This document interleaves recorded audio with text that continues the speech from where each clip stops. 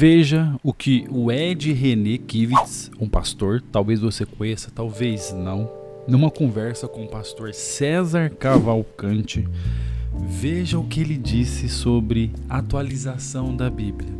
Ou melhor dizendo, não é bem isso que eu quero dizer. Vocês entenderam errado. Sejam bem-vindos a mais um vídeo do canal, eu sou o Thiagão. Se inscreve no canal, deixa um like para fortalecer, acompanha a gente aí e vamos fazer um react dessa conversa, desse bate-papo, desse debate aqui entre o pastor César Cavalcante e Ed René Kivitz. Vamos ver o que ele falou que nós não entendemos. Hoje, olhando para trás... E a resposta dele foi o quê? Ele falou isso mesmo? É, isso mesmo. Hoje, olhando para trás... É o que a gente estava conversando agora há pouquinho. Vocês dizem, quem não comete um deslize no púlpito? Atualizar a Bíblia é pesado demais. A Bíblia precisa ser atualizada, pesado demais. Né? Eu sei o que eu disse. Mas se eu tivesse simplesmente dito, nós precisamos fazer uma leitura atualizada da Bíblia. Não, a gente não vai atualizar a Bíblia, é muito pesado. Mas vamos fazer uma leitura atualizada da Bíblia. A verdade não vai mudar. Ou talvez atualizar a forma como nós compreendemos algumas coisas. O que eu disse logo em seguida do meu sermão? Porque o sermão foi no domingo. Na quinta-feira seguinte, porque eu fazia isso, inclusive, na pandemia. Eu tinha o sermão domingo e na quinta-feira eu fazia um encontro que eu chamava Casa, em que eu entrava ao vivo respondendo perguntas a respeito do sermão do domingo anterior, com os grupos da igreja, com as famílias na pandemia. Na quinta-feira seguinte eu disse assim, irmãos, eu não estou querendo escrever outra Bíblia, não estou querendo corrigir a Bíblia, eu não estou querendo nada disso, eu só estou dizendo que nós precisamos atualizar a nossa compreensão do sentido da Bíblia. Não, eu não quero reescrever, eu não quero reescrever, eu só quero atualizar a nossa compreensão. Como que atualiza uma compreensão do texto? Vamos ver. Estou dizendo que existem coisas que a Bíblia disse lá e que não podem ser ditas hoje aqui.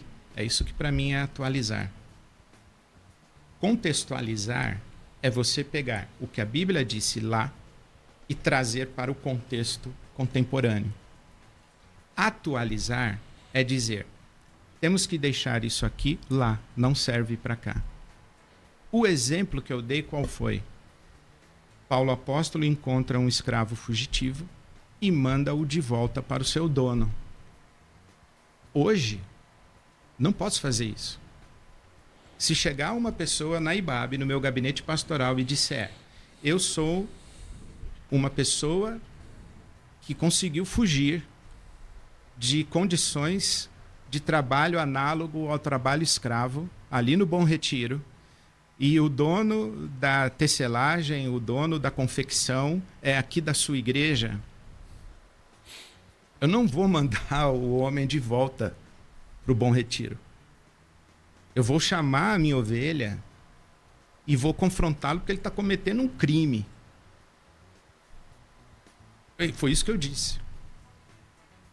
E hoje, quando você fala de atualizar a Bíblia, a sua proposta, então, seria reinterpretar o texto com base na cidade que a gente vive, na situação, sei lá, não sei como que eu vou dizer. Olhar para o texto sem... O que eu penso sobre interpretar a Bíblia, igual o pastor César Cavalcante está falando aqui, na sua cidade, no lugar onde você está hoje, nos dias de hoje, é porque a cultura é diferente. As leis de antigamente mudaram, não são a mesma. Certo? Ok. Mas o fundamento da palavra não tem como ser alterado, ser mudado, concordo? Sem mexer no texto, porque essa foi a impressão, né, que deu, essa que o pessoal começou a falar de mudar a Bíblia. Não quero mexer no texto bíblico. Sem mexer no texto bíblico. Jamais. Mas aplicando-o de uma forma contemporânea, seria?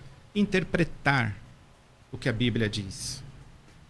Veja, quando alguém sugere que eu estou querendo mexer no texto bíblico, isso me coloca num nível Ellen White. Exatamente.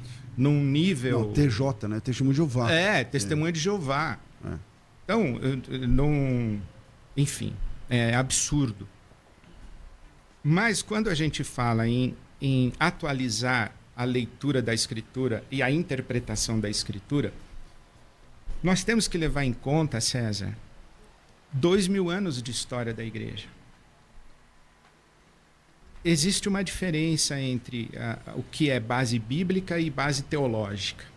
Base bíblica é a referência bíblica. É o que eu abri aqui, Coríntios capítulo 6. Não vos enganeis, nem impuros, nem idólatras, nem adúlteros, nem efeminados, nem sodomitas, nem ladrões, nem avarentos, nem bêbados, nem maldizentes. Vamos pegar só os maldizentes? As nossas igrejas não têm nenhum maldizente.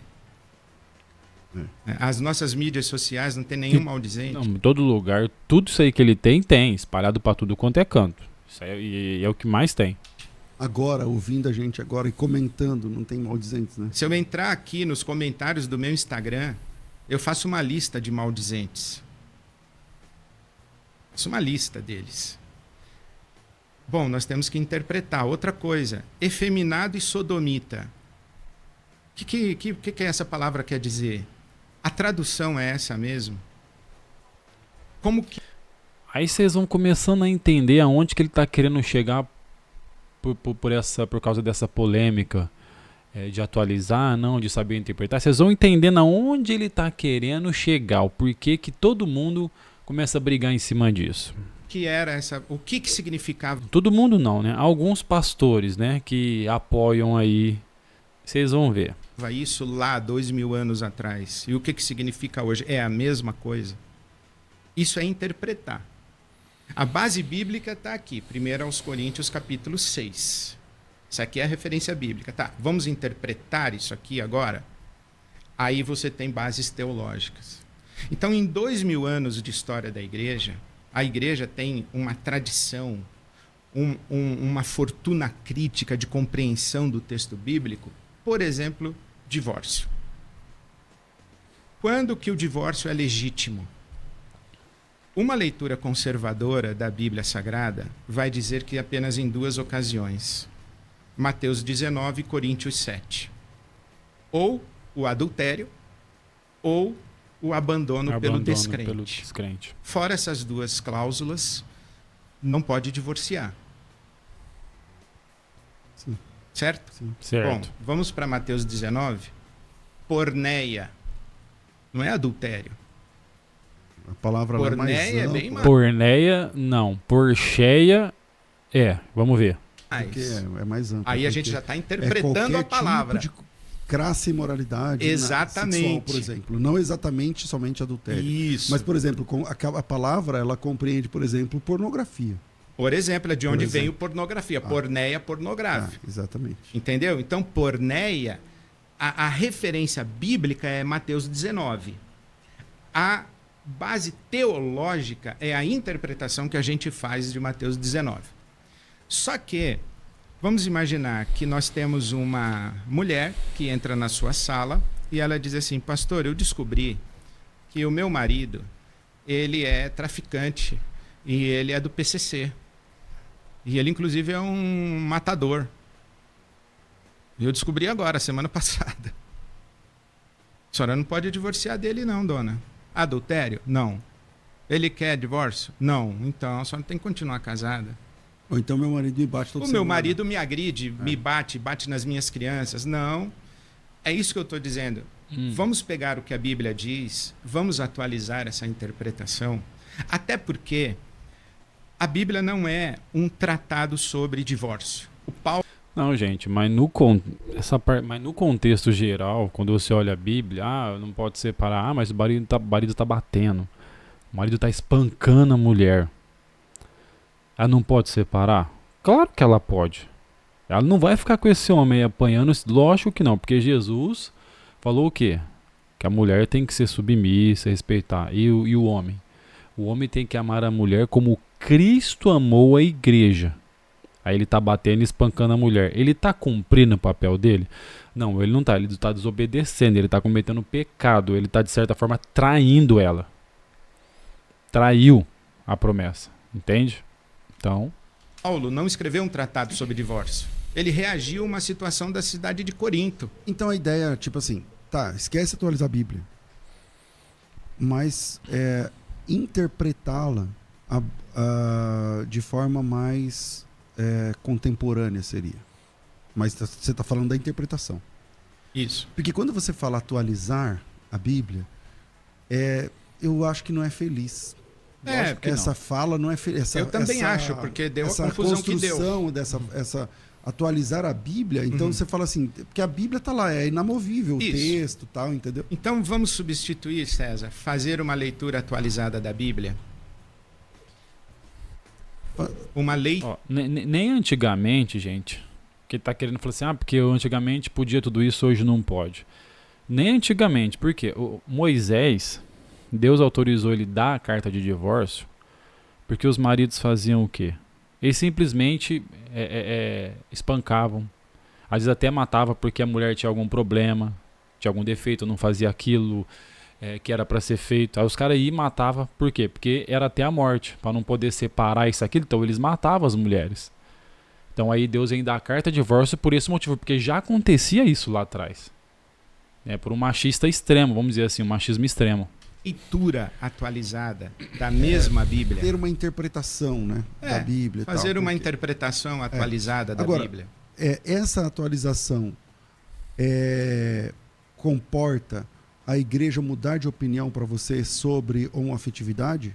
Aí, comporta. Porque eu não consigo enxergar na Bíblia a permissão para justamente o comportamento homoafetivo. O comportamento, a situação homoafetiva. Então, você fala assim, mas a igreja é excludente. Você até usou uma palavra agora há pouco, eu perdi ela agora, mas foi antes do intervalo. Mas é isso, o cristianismo sempre foi exclusivista, só tem um salvador, é moralista. Tem moral, exatamente, tem concordo ética, com o pastor César. Isso não é ruim. A igreja sempre teve a Bíblia como documento, e na Bíblia como documento tem ética, moral. Justamente. E essa moral cristã, pelo menos a leitura tradicional da igreja, aí volta na questão da leitura, entende Coríntios, por exemplo, como sendo um texto que exclui da salvação. E aí eu não estou falando de vida social, eu não estou falando de como eles chamam a pessoa fobia, como se fala, esqueci, homofobia. Não estou falando disso. Eu só estou falando sobre salvação. Então lá no texto você fala, no céu não participa. Como que você entende então? Participa para você? Vamos ver. Para mim participa. Por duas razões. A primeira é que a nossa salvação, ela não depende do nosso comportamento ético. Ninguém é salvo porque é ético. É salvo por causa da obra de Jesus Cristo na cruz do Calvário. Nós temos um Salvador e o nosso Salvador... Beleza, mas quando você é salvo, você tem frutos. Né? Você não tem frutos para ser salvo, mas você tem frutos porque você foi salvo. Vamos ver. O Salvador não é o nosso comportamento ético, moral. Também não é a nossa confissão teológica doutrinária. Ninguém vai chegar no céu e dizer eu tenho direito a entrar porque eu sou calvinista. Passar na prova. Passar na prova. Então, o critério da salvação é a fé em Jesus Cristo e a confissão de Jesus Cristo como meu Salvador. Se com tua boca confessares, em teu coração creres, então serás salvo. Então, mas a fé sem obras, ela não é morta? Não é isso que Tiago vai dizer? Que a fé sem obras, ela é morta? Mostra a sua fé, ou mostra as suas obras através da sua fé, que ele te mostraria através da minha fé, as minhas obras. Mas a fé sem obra não é isso. Um critério é salvação. Não tem a ver com comportamento ético. Tem a ver com a obra de Jesus Cristo na cruz do Calvário. Sim, claro. A segunda razão, porque eu acredito nisso... Então ele está querendo dizer que, bom, até aqui, que não importa o que você fazer, você já foi salvo, Jesus Cristo que te salvou. Não importa o seu comportamento. Vamos lá. É que eu vejo uma incoerência dos nossos intérpretes conservadores numa leitura seletiva do texto bíblico. como a gente acabou de ler, adúltero maldizente. Então, vamos combinar que Glutão lá na frente, todo irmão nosso que é adúltero, ele vai para o inferno. Todo irmão que é maledicente, maldizente, fofoqueiro, fala mal dos outros, esse irmão aí vai para o inferno. Se não se arrepender, a Bíblia diz o quê? Né? Se a gente pegar o bloco todo, ok, você está sendo coerente com a sua interpretação bíblica. Terceiro, César, que eu acho que essa é uma leitura literal do texto bíblico, e eu acredito também que é uma hermenêutica versiculista. Pega o versículo aqui, deduz uma verdade, coloca a verdade aqui. Eu digo isso porque tem esse versículo. Tá, mas eu ensinei para os meus professores, para os meus alunos de homilética e pregação expositiva, que assim como uma casa se faz com tijolos, mas um amontoado de tijolos não é uma casa, um argumento teológico se faz com versículos. Mas um amontoado de versículos não é um argumento teológico. É a base do método científico. De um fato não se deduz um valor. Né? Você precisa discernir a lógica sistêmica da Escritura. Tem uma expressão do John Stott que eu acho muito maravilhosa. Ele diz assim, que a mente bíblica não é aquela que cita versículos, é aquela que raciocina dentro dos parâmetros da Escritura. É maravilhoso isso, né? Veja, por exemplo, o sábado. Não pode trabalhar no sábado. Jesus, você não pode curar no sábado. Uma interpretação versiculista, uma leitura literal do texto bíblico. O versículo diz que não pode. Então você não pode curar. Aí Jesus diz, tá, vamos tentar entender a lógica dessa escritura e vamos entender que o sábado foi dado por Deus para proteger a vida e não a vida para proteger o sábado. O sábado foi criado para o homem, não o homem para o sábado. E vamos interpretar isso de maneira diferente, vamos curar esse homem aqui no sábado? Sim. É esse exercício que nós precisamos fazer em toda a Escritura. Gente, até aí tudo bem. Até aí tá tudo bem. Com todos os textos bíblicos. E é por isso que eu acredito que existem pessoas que não são apenas fiéis ao discernimento ético-moral da Escritura. Elas são moralistas e legalistas. Elas são literalistas na aplicação da regra e da lei. Mentira é pecado. É literal. Mas se um homem entrar aqui agora correndo, se esconder embaixo da mesa e logo em seguida entra um outro com a faca na mão e diz, cadê ele? A gente diz, não tem ninguém aqui não. Mentimos.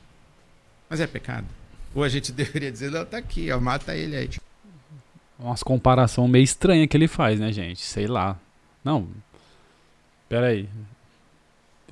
Vamos ver onde vai chegar. Tipo, a famosa hierarquia de valores, o que você protege primeiro. Fez, né, por exemplo. Por exemplo. Os espias. Bom,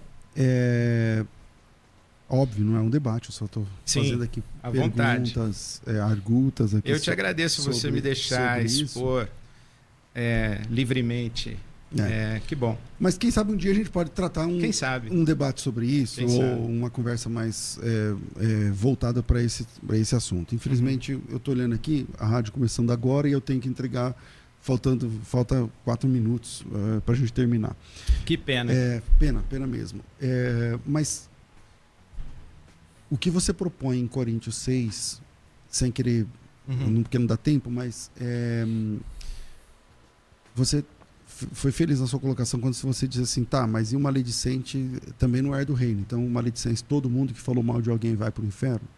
Ok, eu acredito, eu entendo que é o bloco, então, se eu defendo que eu não concordo com a interpretação de que o homossexual pode continuar vivendo como homossexual, mas eu acredito que o evangelho transforma. Inclusive a vida do homem como um todo, inclusive todas as suas práticas. E eu entendo que o homossexualismo não está dentro da moral cristã. Mas você me fez pensar sobre isso, maledicente. Então, para mim, está no mesmo bloco. Se ele não tiver arrependimento disso, ele está comprometendo a sua salvação. A gente não se salva mesmo. Quem salva é o Salvador. Mas a gente consegue se perder com uma facilidade muito grande. Embora nada que a gente faça nos salve, mas muita coisa que a gente faz nos faz se afastar nos afasta de Deus. Se você está desmembrando isso, como é que fica a questão do adúltero também? Aí ele também, você concorda que ele é salvo também, mesmo sendo adúltero? Porque se o homossexual no texto... Você diz, não, veja bem, há uma diferença entre eu concordar que um adúltero pode ser salvo do que eu concordar que o adultério é permitido. Então você concorda que há uma diferença entre eu concordar que um homoafetivo pode ser salvo e eu concordar que a homoafetividade é permitida. Há uma diferença. E você concorda que é permitida ou concorda que é numa situação... Peraí. Se você acredita que a homoafetividade pode ser salvo, é lógico que você vai concordar com o homoafetivo. Você concorda. É que ele está falando uma coisa ali, uma diferença, eu concordo... Eu penso que ele pode ser salvo, mas não concordo que...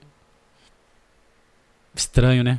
De exceção que ele é salvo. Isso é uma coisa muito interessante na própria nomenclatura que as igrejas e o movimento homoafetivo trata, ou homossexual e afetivo, trata isso. O que é uma igreja inclusiva na terminologia que é usada? É a igreja que diz assim, olha, você pode ser membro aqui e ser dessa nossa comunidade...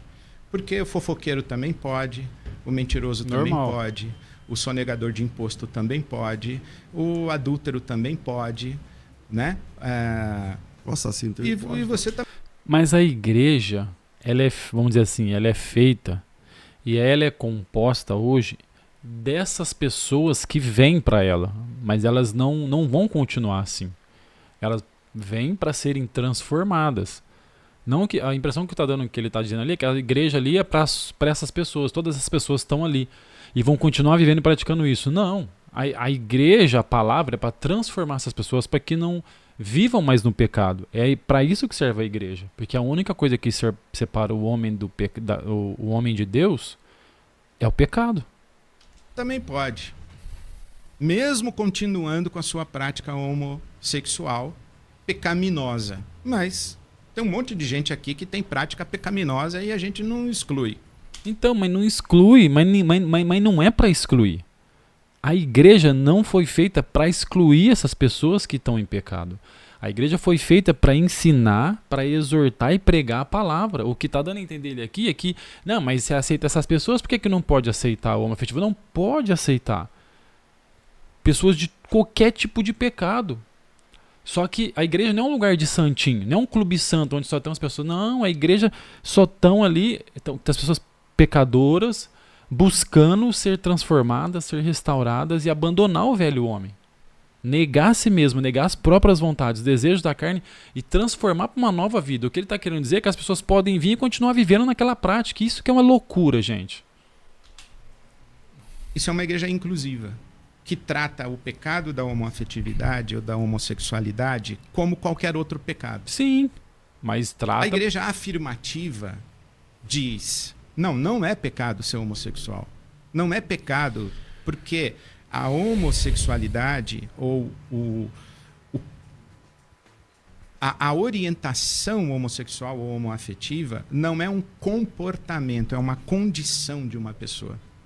Como assim? Não é uma questão de comportamento. Então você fala que essa igreja, quem tem essa compreensão é quem tem essa compreensão vai dizer, ok. Então sua teologia não é inclusivista, mas não, é afirmativa. Não, nem inclusiva nem afirmativa. Eu sei lá qual que é a minha teologia. Que coisa. O que eu quero dizer é que nós não podemos condenar homossexuais ao inferno pelo fato deles serem homossexuais. Não, a gente não pode condenar. É Deus quem condena. É Deus quem condena. As pessoas que não quiserem mudar a sua vida, as pessoas que não quiserem sair daquilo que a Bíblia condena, e que a Bíblia já e mostra que isso é errado e que é pecado, aquilo ali te afasta de Deus. Então você já está condenado porque aquele pecado, não é a gente, aquele pecado está te afastando de Deus. Entende? Foi isso que eu disse em 2020, é isso que eu estou dizendo em 2025. E acredito que as nossas comunidades têm que ser um ambiente pastoral para que essas pessoas, que inclusive todas elas, César, já estudaram a Bíblia de trás para frente, de frente para trás, mais do que você e eu, porque isso dói na alma delas. É uma questão de vida e morte para elas. Elas conhecem a Bíblia. Vamos recebê-las nas nossas comunidades, no ambiente da graça de Deus, e deixar que na convivência amorosa conosco, o Espírito Santo faça uma obra na vida deles. Olha, é o que eu gostaria. Fica pro debate. O convite. Fechou? Gente, é o seguinte, terminou aqui, e é o seguinte, o que eu tenho para falar para vocês, eu vi que deu muito bem para vocês entender aqui. Vocês viram que é tudo um jogo. A questão, não é atualizar, é a forma de interpretar. Mas tudo isso para chegar nisso aqui. De tentar mostrar que ali não tem que condenar a homoafetividade, não pode condenar eles, porque o pecado deles é igual de todos os outros. Se os outros estão ali também, eles também devem estar, com certeza. A igreja é aberta para todos. Todos. A igreja é aberta para todo mundo, para todo tipo de pessoa pecadora. A função da igreja é transformar, a função da igreja é restaurar. O que ele falou aqui no final, essa palavra eu concordo. Vamos deixar o Espírito transformar, mas a partir do momento que aí você fala que tem que ter uma atualização, tem que interpretar, porque isso não é comportamento, mas é uma condição que ele tem. Aí você não vai confrontar esse pecado, você não vai confrontar essa pessoa, e aí? E aí eles vão vir para a igreja, você vai continuar pregando, então eles vão poder continuar vivendo daquele jeito ali. Não há um confronto, não mostra na palavra, enfim. Vocês estão entendendo? Eles querem chegar, é isso, eles querem interpretar de uma forma onde possa regularizar, vamos dizer assim, regularizar que você não precisa mudar seu comportamento, Deus te aceita assim e vem e continue assim. Isso é um perigo, porque se você compara com adultério, com os maus dizentes, enfim, se você compara com tudo isso, então isso tudo nos afasta de Deus. Existem pessoas que estão na igreja e continuam praticando? Existe. São o quê? Os hipócritas. Falsos cristãos que estão ali religiosos, vivem de aparência, mas quando sai dali, segura. Não é fácil. Entende, gente? Então, para entender o que a gente está vendo aqui, o que eles querem é isso, é interpretar a Bíblia de uma forma que venha apoiar e dar respaldo para essas pessoas estarem na igreja e continuar a viver a vida deles assim. Vim para a igreja? Podem ir em qualquer igreja. Podem ir lá. Quantos dias você quiser, você pode participar. Sendo homoafetivo ou não, não sei o que for.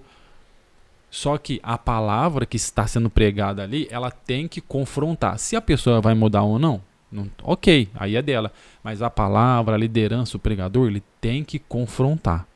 Aí a mudança vem da pessoa e do Espírito Santo mudar nela. O que eu não posso como líder ou como pastor é apoiar aquilo, é querer inventar alguma história, falar de alguma coisa, de vamos arrumar, vamos interpretar, vamos ver o que dá para fazer para poder manter ali do jeito que eles são. Porque vocês são assim, então é assim, vamos dizer, porque a palavra lá atrás estava errada, não era mais bem assim, e a gente tem que trazer para o dia. Você está entendendo? Aí começa todo um joguinho para poder apoiar e dar respaldo para o pecado. Essa é a verdade. Vamos dar respaldo para o pecado.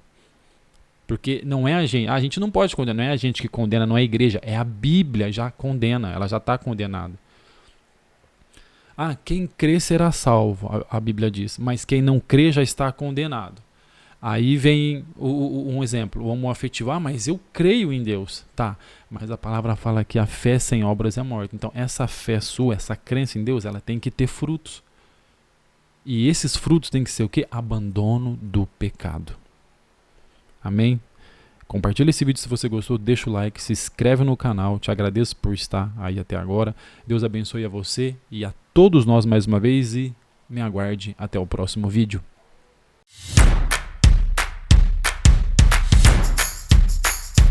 Inscreva-se e clique no sininho e olha, não vá embora sem comentar no vídeo, hein?